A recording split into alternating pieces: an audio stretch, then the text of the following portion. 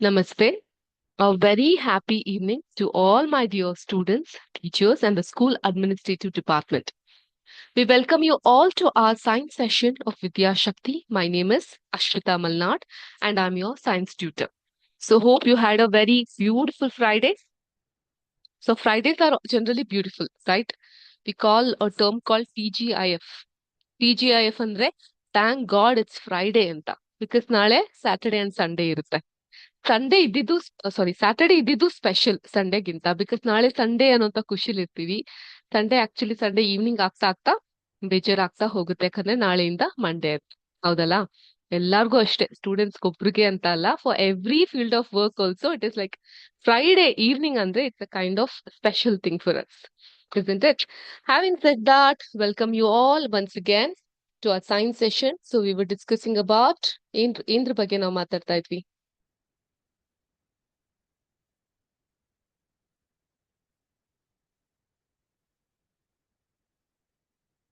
Some natural ಫೆನೋಮೆನಾ, ಆಗಿರುವಂತಹ ಕೆಲವೊಂದು ಪ್ರಕ್ರಿಯೆಯ ಬಗ್ಗೆ ನಾವು ಮಾತಾಡ್ತಾ ಇದ್ವಿ. ಸೊ ಅದರಲ್ಲಿ ವಿ ವರ್ ಡಿಸ್ಕಸಿಂಗ್ ಅಬೌಟ್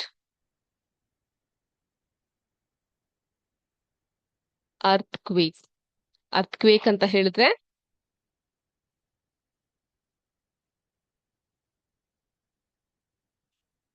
ಭೂಕಂಪ, ಭೂಮಿಯಲ್ಲಿ ಉಂಟಾಗುವಂತಹ ಒಂದು ಕಂಪನ, ವೈಬ್ರೇಷನ್ಗೆ ಭೂಕಂಪ ಅಂತ ಕರಿತೀವಿ.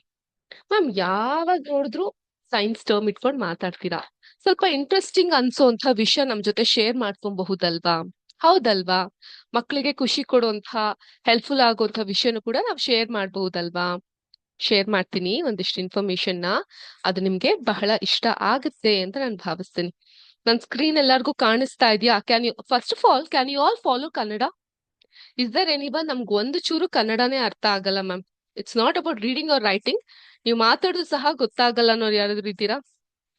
ಸೊ ಎಲ್ಲ ಕನ್ನಡದ ಮಕ್ಳೇ, ಕನ್ನಡ ಈಸಿಯಾಗಿ ಎಲ್ಲರಿಗೂ ಅರ್ಥ ಆಗುತ್ತೆ. ಸೂಪರ್. ಹಾಗಿದ್ರೆ ಗ್ರೇಟ್. ನೋಡಿ, ಕನ್ನಡ ಅಂದ ತಕ್ಷಣ ಎಷ್ಟು ಎಂತೂಸಿಯಾಸಮ್ ಮಕ್ಕಳಲ್ಲಿ, ಟೀಚರ್ಸ್ ಅಲ್ಲಿ, ಕೋಆರ್ಡಿನೇಟರ್ಸ್ ನಲ್ಲಿ. ಜೆ ಹಳ್ಳಿ ಸ್ಕೂಲ್ಗೆ ಒಂದು ಅರ್ಥ ಆಗೋದಿಲ್ಲ Kannada, because you people are from English medium, isn't it? Okay, hope so.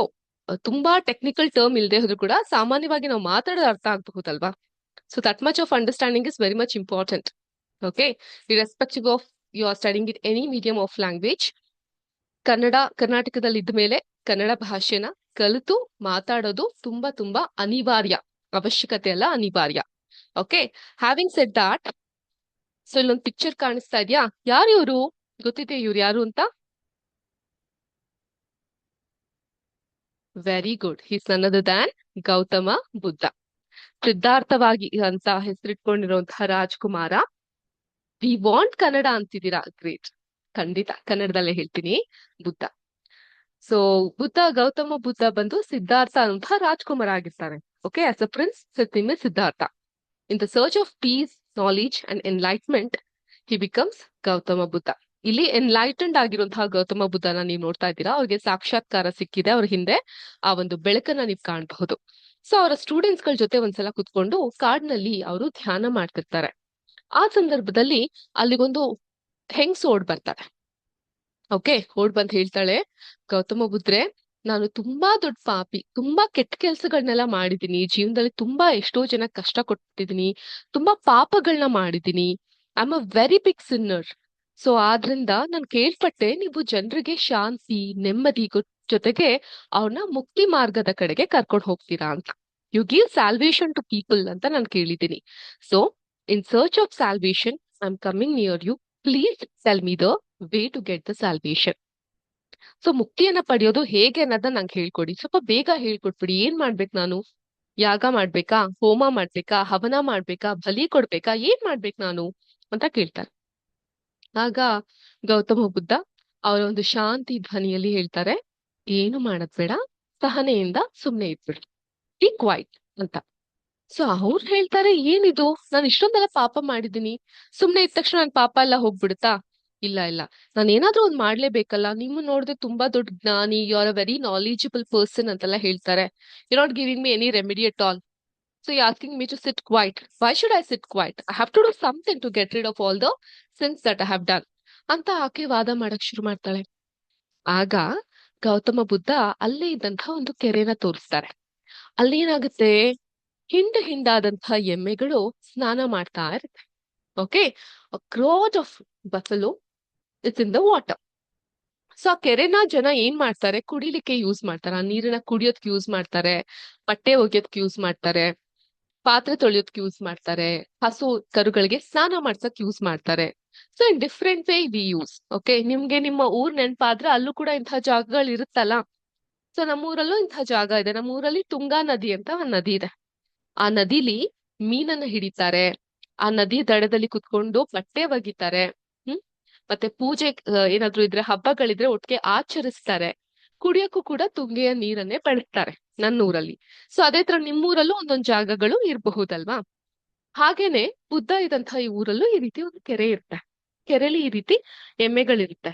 So ಆ ಎಮ್ಮೆ ಇರೋ ನೀರನ್ನ ಕುಡಿಲಿಕ್ಕೆ ಹೇಳ್ತಾರೆ. ಕುಡಿಯಕ್ಕಾಗತ್ತಾ? ಇಲ್ಲ. ಎಮ್ಮೆ ಎಲ್ಲ ಇದೆ, ಗಲೀಜ್ ಮಾಡ್ಬಿಟ್ಟಿದೆ, ಹೇಗ್ ಕುಡಿಯಕ್ಕಾಗತ್ತೆ? ಎಮ್ಮೆ ಎಲ್ಲ ಹೋದ್ಮೇಲೆ ಒಂದ್ ಸ್ವಲ್ಪ ಹೊತ್ತಾದ್ಮೇಲೆ ನೀರು ತಂತಾನಾಗೆ ಪ್ರಶಾಂತವಾಗಿರುತ್ತೆ, ಕ್ಲೀನ್ ಆಗಿರುತ್ತೆ. ಈ ರೀತಿ ಆ ನೀರನ್ನ ನಾನು ಕುಡಿಯುತ್ತೀನಿ ಅಂತ ಹೇಳ್ತಾಳೆ. ಹಾಗೇನೆ ನಮ್ಮ ಲೈಫ್ ನಲ್ಲೂ ನಾವು ಮಾಡುವಂತಹ ಪಾಪಕರ್ಮಗಳು, especially when you are a disciple of a guru. ಗುರುವಿನ ಹತ್ರ ನೀವು ಹೋದಾಗ, ಗುರು ಅಂದ್ರೆ ಸೈನ್ಸ್ ಪಾಠ ಮಾಡೋ, ಮ್ಯಾಥ್ಸ್ ಪಾಠ ಮಾಡೋ ಗುರು ಅಲ್ಲ, ಜೀವನದ ಪಾಠ ಹೇಳ್ಕೊಡುವಂತಹ ಗುರು. It could be any one. Guru Nanak, ಸಂತರಾಗಿರ್ಬಹುದು, ಅಥವಾ ಲೈಕ್ ಶಿರ್ಡಿ ಸಾಯಿಬಾಬಾ ಆಗಿರಬಹುದು, ಗುರು ರಾಘವೇಂದ್ರ ಸ್ವಾಮಿಗಳಾಗಿರಬಹುದು, ಜೀಸಸ್ ಕ್ರೈಸ್ಟ್ ಆಗಿರಬಹುದು.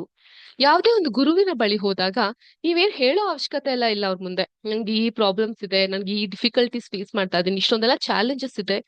You need not tell anything.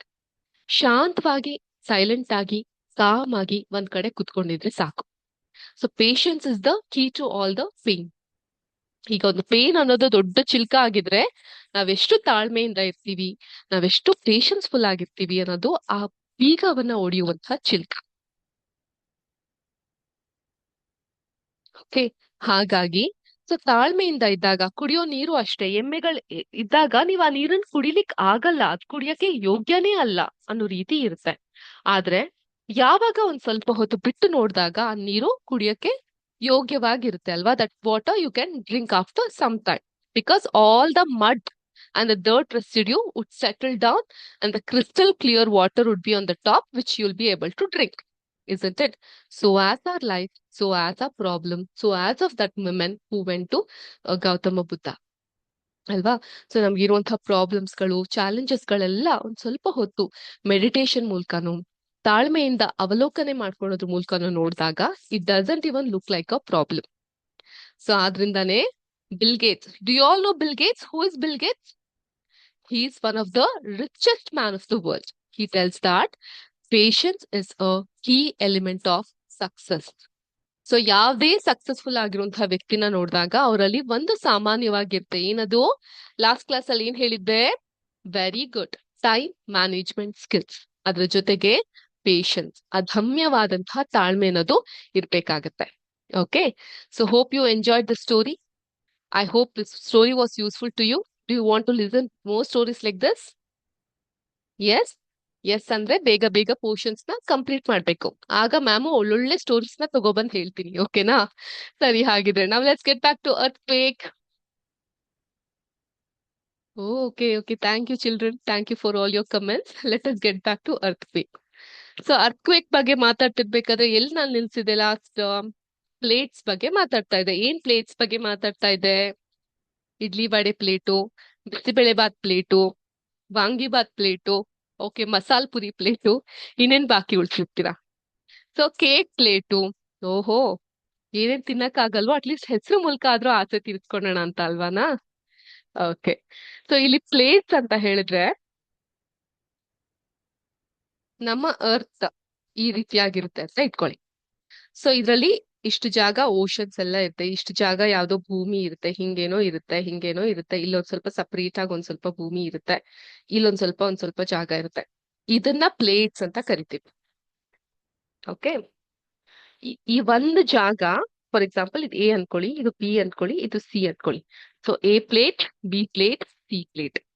Okay, so these things we call it as plate. The outermost layer of the earth is there, no? It is not one piece. ಸಂಪೂರ್ಣವಾಗಿ ಇದು ಒಂದಾಗಿರೋದಿಲ್ಲ. It is fragmented. Fragmented ಅಂದ್ರೆ ತುಂಡಾಗಿರುತ್ತೆ. Okay, so ನಾನೀಗ thread is fragmented ಅಂದ್ರೆ ಅದು ಕಿತ್ತು ಹೋಗಿದೆ, ತುಂಡಾಗಿ ಹೋಗಿದೆ ಅಂತ ಅರ್ಥ. ಅದೇ ರೀತಿ each fragment is called a plate and these plates are in continual motion when they brush past one another. So ಆದ್ರಿಂದ ಈ ಪ್ಲೇಟ್ಸ್ ಏನಿರ್ತಲ್ಲ ಅದು ಒಂದಕ್ಕೊಂದು ಟಚ್ ಆದಾಗ, ಫಾರ್ ಎಕ್ಸಾಂಪಲ್ ಇದ್ರ ಮಧ್ಯೆ ಇಷ್ಟು ಗ್ಯಾಪ್ ಇದೆ, ಇದು ಒಂದಕ್ಕೊಂದು ಟಚ್ ಆದಾಗ ಇದು ಮೂವ್ಮೆಂಟ್ ಆಗ್ತಾನೇ ಇರುತ್ತೆ. ಆಯ್ತಾ, ಇದು ಮೂವ್ ಆಗ್ತಾನೇ ಇರುತ್ತೆ. ಇದು ಒಂದಕ್ಕೊಂದು ಟಚ್ ಆದಾಗ ಮೂವ್ ಆಗ್ತಿರ್ತಂದ್ರೆ ನಾವು ಮೂವ್ ಆಗ್ತಾ ಇರ್ತೀವಿ ಅಂತ ಅರ್ಥಲ್ಲ. It will be very slow. ಈಗ ಅರ್ಥ ಸಹ ಸೂರ್ಯನ ಸುತ್ತ ಭೂಮಿ ತಿರುಗ್ತಾ ಇರುತ್ತೆ. ಕೇಳಿದೀವಲ್ವಾ? ಸೂರ್ಯನ ಸುತ್ತ ಭೂಮಿ ತಿರುಗುತ್ತೆ, ಭೂಮಿಯ ಸುತ್ತ ಚಂದ್ರ ತಿರುಗುತ್ತೆ. ಹಾಗೇನೆ ತಿರುಗ್ತಾ ಇದೆ ಅಂತ ಹೇಳಿದ್ರೆ ನಾವು ತಿರುಗ್ತಾ ಇರ್ತೀವಿ ಅಂತ ಅರ್ಥ ಅಲ್ಲ. It is very slowly happening. ಅದೇ ರೀತಿ one plate when it meets another plate it causes a pollution and they cause disturbance in the earth crust. It is this disturbance that shows up as an earthquake on the surface of earth. Okay, so earthquake ಹೆಂಗಾಗುತ್ತೆ? ಒಂದು ಎತ್ತು ಅದ್ರ ಕೊಂಬು ಮೇಲೆ ಅರ್ಥನ ಇಟ್ಕೊಂಡಿರುತ್ತೆ, ಅದು ಒಂದ್ ಕೊಂಬಿಂದ ಇನ್ನೊಂದ್ ಕೊಂಬಕ್ shift ಆದ ತಕ್ಷಣ ಅರ್ಥಕ್ವೇಕ್ ಆಗುತ್ತೆ ಅಲ್ವಾ? ಅಲ್ಲ, earthquake ಹೆಂಗಾಗುತ್ತೆ? when the earth crust gets disturbed, because of the disturbance it shows up an earthquake on the surface of the earth. So when this earth crust gets disturbed, when continual motion happens between the plates of earth and this place goes with one another, there happens a collision, and because of this collision earthquake happens. So now ಈ collision ಅಂದ್ರೆ ಏನು madam? ಏನಿರಬಹುದು collision ಅಂದ್ರೆ?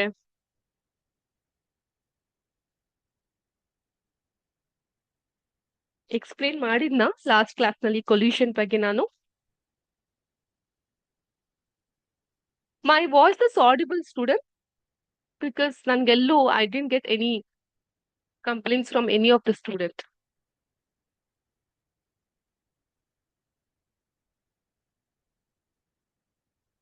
Yes, the problem, please check with your technical team. Okay, well.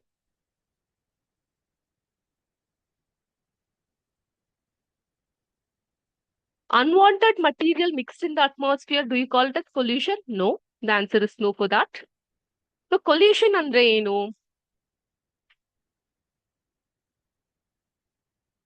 Take a try.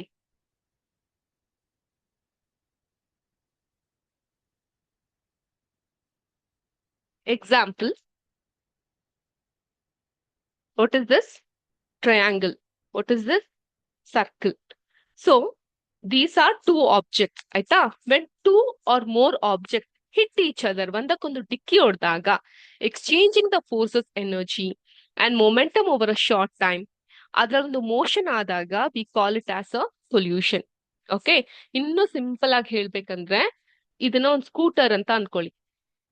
Okay, I am not very good in drawing, just think this is a scooter.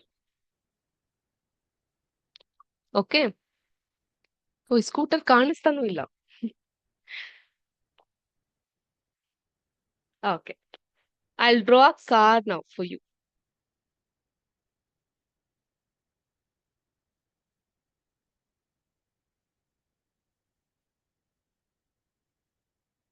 Okay, better than scooter ಅಲ್ಲ?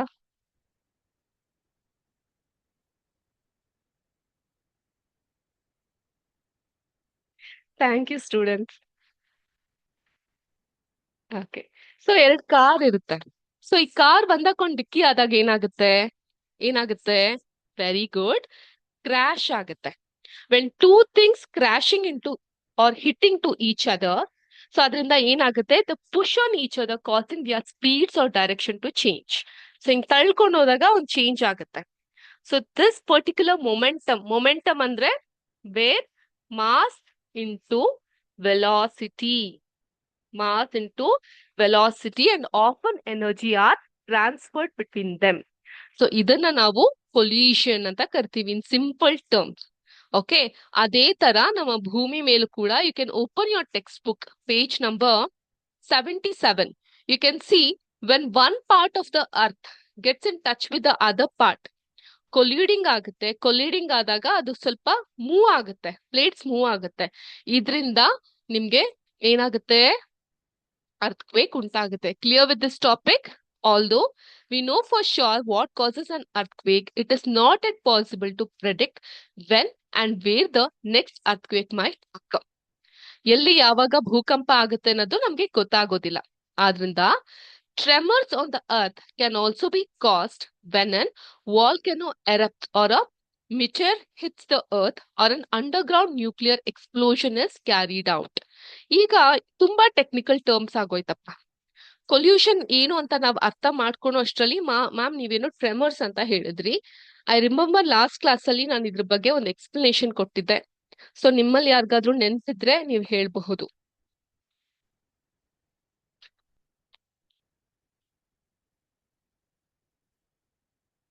Tremors. Ma'am, what is velocity? Velocity is a fundamental concept, child, in the physics, where object speed and its direction of motion happens. ಅದನ್ನ ನಾವು velocity ಅಂತ ಕರಿತೀವಿ. Okay,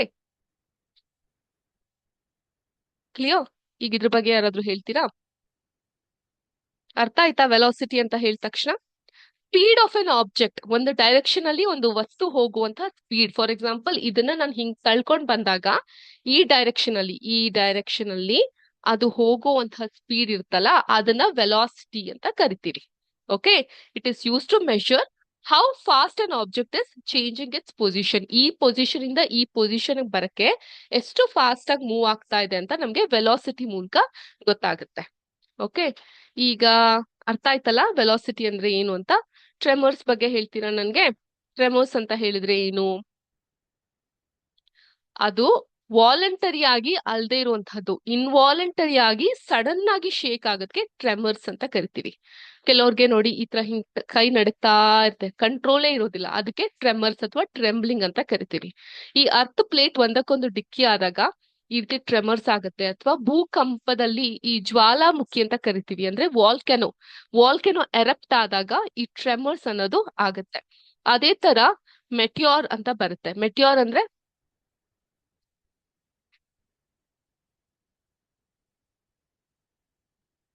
ಅಂದ್ರೆ you have to be interactive. Ma'am ಒಬ್ರೇ ಮಾತಾಡಲ್ಲ. ಮೆಟಿಯೋರ್ ಅಂದ್ರೆ it's a shooting star ಅಂತ ಕರಿತೀವಿ. ಧೂಮಕೇತು ಅಂತ ಅಲ್ಲ, ಇಟ್ಸ್ ನಾಟ್ ಧೂಮಕೇತು, ಅದನ್ನ ಶೂಟಿಂಗ್. ಧೂಮಕೇತು ಅಂದ್ರೆ ಕಾಮೆಟ್ ಅಂತ, ಅದು ಬೇರೆ. ಮೆಟಿಯೋರ್ ಅಂದ್ರೆ ಶೂಟಿಂಗ್ ಸ್ಟಾರ್ ಅಂತ. It's a streak of light you see when a small piece of space rock ಅಂದ್ರೆ ನಮ್ಮ ಭೂಮಿಗೆ ಸೇರ್ದಿರೋದಲ್ಲ, ಬೇರೆ ಜಾಗದಿಂದ ಬಂದಿರುವಂತಹ ಒಂದು ಚಿಕ್ಕ ರಾಕ್, ಅದು ನಮ್ಮ ಭೂಮಿಯ ವಾತಾವರಣವನ್ನ ತಲುಪಿದಾಗ ಅದನ್ನ ಮೆಟಿಯೋರ್ ಅಂತ ನಾವು ಕರಿತೀವಿ. ಓಕೆ, ಕಾಮೆಟ್ ಅಂದ್ರೆ ಇಟ್ಸ್ ಡಿಫ್ರೆಂಟ್. ಕಾಮೆಟ್ ಅಂದ್ರೆ ಧೂಮಕೇತು ಅಂತ ಅರ್ಥ. Comet is a large IC body, ಈ ರೀತಿ ಹಿಂಗ್ ಫಾಸ್ಟ್ ಆಗಿ ಮೂವ್ ಆಗುತ್ತಲ್ಲ, ಅದನ್ನ ಕಾಮೆಟ್ ಅಂತ ಹೇಳ್ತೀವಿ. ಆದ್ರೆ ಮೆಟಿಯಾರ್ ಬಂದು ಒಂದು ಚಿಕ್ಕ ರಾಕ್. ಸೊ ಅದು ಉಂಟಾದಾಗ ಆಗ್ಲೂ ಸಹ ಭೂಕಂಪ ಅನ್ನೋದಾಗುತ್ತೆ. This are all technical science term.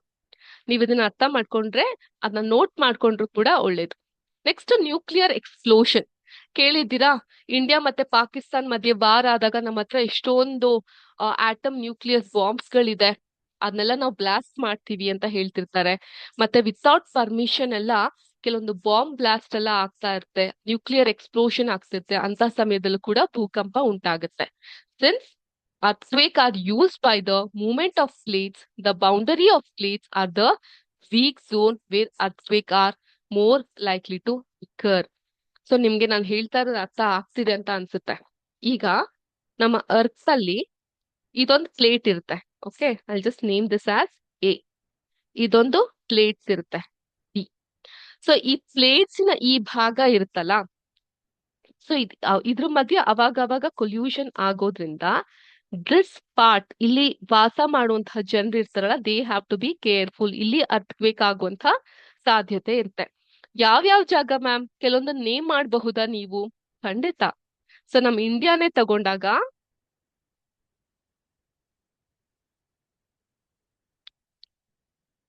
ಅಲ್ವಾ, ಸೊ ಗುಜರಾತ್ ಅಲ್ಲಿ ಅವಾಗವಾಗ ಭೂಕಂಪ ಆಗ್ತಾ ಇರುತ್ತೆ, ಥೈಲ್ಯಾಂಡ್ ಅಲ್ಲಿ ಭೂಕಂಪ ಆಗ್ತಾ ಇರುತ್ತೆ, ಜಪಾನ್ ಅಲ್ಲಿ ಭೂಕಂಪ ಆಗ್ತಿರುತ್ತೆ. ಯಾಕೆ ಮ್ಯಾಮ್? ಟೆಮರ್ಸ್ ಅಂದ್ರೆ ವೈಬ್ರೇಷನ್. ಹೌದು ಮಕ್ಕಳೇ, ಇಟ್ಸ್ ಅ ವೈಬ್ರೇಷನ್. ಅಂದ್ರೆ ವೈಬ್ರೇಷನ್ ಅಂದ್ರೆ ವಾಲಂಟರಿ ಆಗಿ ಮಾಡೋದಲ್ಲ, ಇನ್ವಾಲಂಟರಿ ಆಗಿ ಆಗೋದು.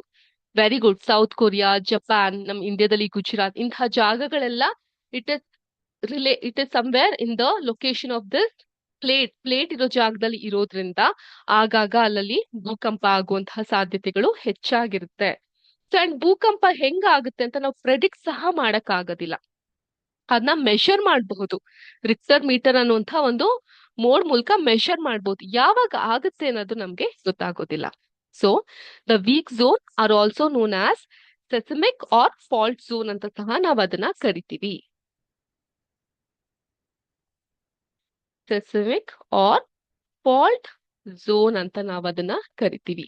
ನಮ್ಮ ಭಾರತದಲ್ಲಿ in India the area most threatened are Kashmir, Western Ghats, Central Himalaya, North East, Rann of Kutch ಅಂತ ಇದೆ, ಅದು ರಾಜಸ್ಥಾನು, ಇಂಡೋ ಗ್ಯಾಗ್ನೆಟಿಕ್ ಪ್ಲೇನ್ ಇರೋ ಜಾಗ.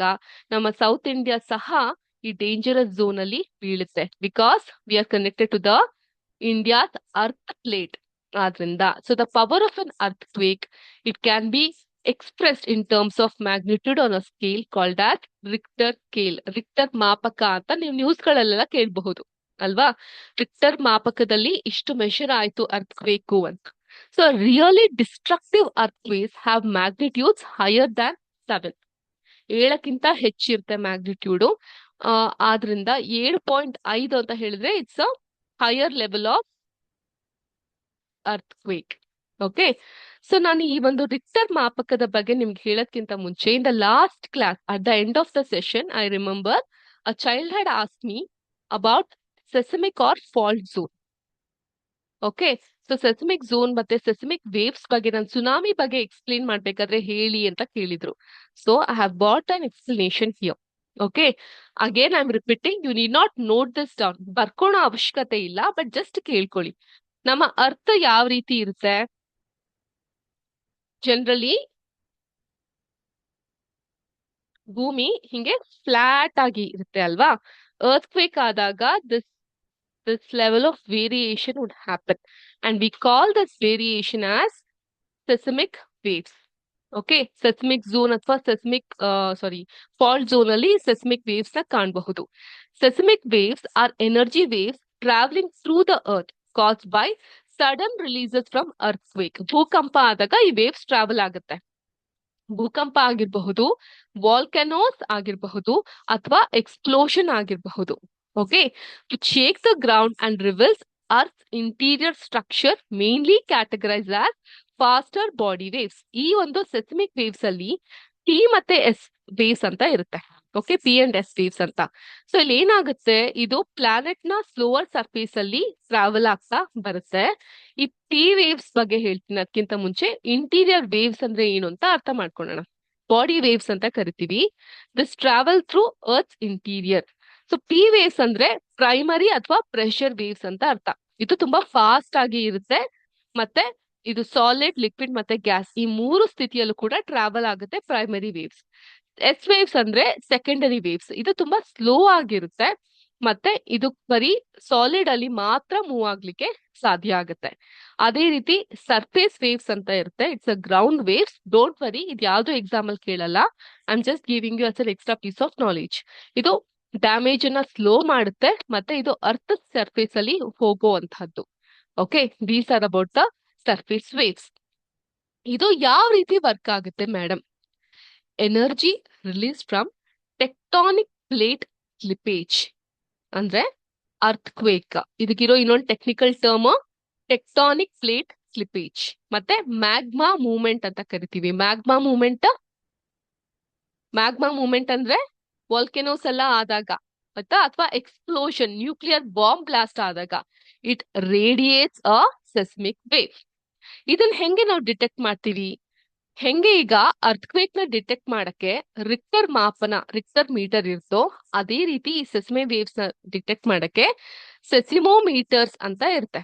ಇದು detect these vibration, allowing scientist to map earth layer. Earth layer ನೆನಪಿದೆ ಅಲ್ಲ? Crust, mantle, core.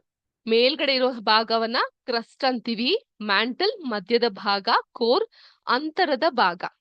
ಸೊ ಅದರಿಂದ ಗೊತ್ತಾಗುತ್ತೆ. ಅಂಡ್ ಇಲ್ಲೊಂದು ಇಮೇಜ್ ನ ಕಾಣಬಹುದು. ಇದೇನ್ ಇಮೇಜ್ ಅಂತ ಗೊತ್ತಾ? ನಾ ಆಗ್ಲೇ ಹೇಳ್ನಲ್ಲ, ರಿಕ್ಟರ್ ಮೀಟರ್ ಅಂತ. ರಿಕ್ಟರ್ ಮೀಟರ್ ಮೂಲಕ ಈ ಒಂದು ವೇವ್ಸ್ ಗಳನ್ನ ನೀವು ಕಾಣ್ತಾ ಹೋಗಬಹುದು. ಓಕೆ, ರಿಕ್ಟರ್ ಸ್ಕೇಲ್ ಮೂಲಕ.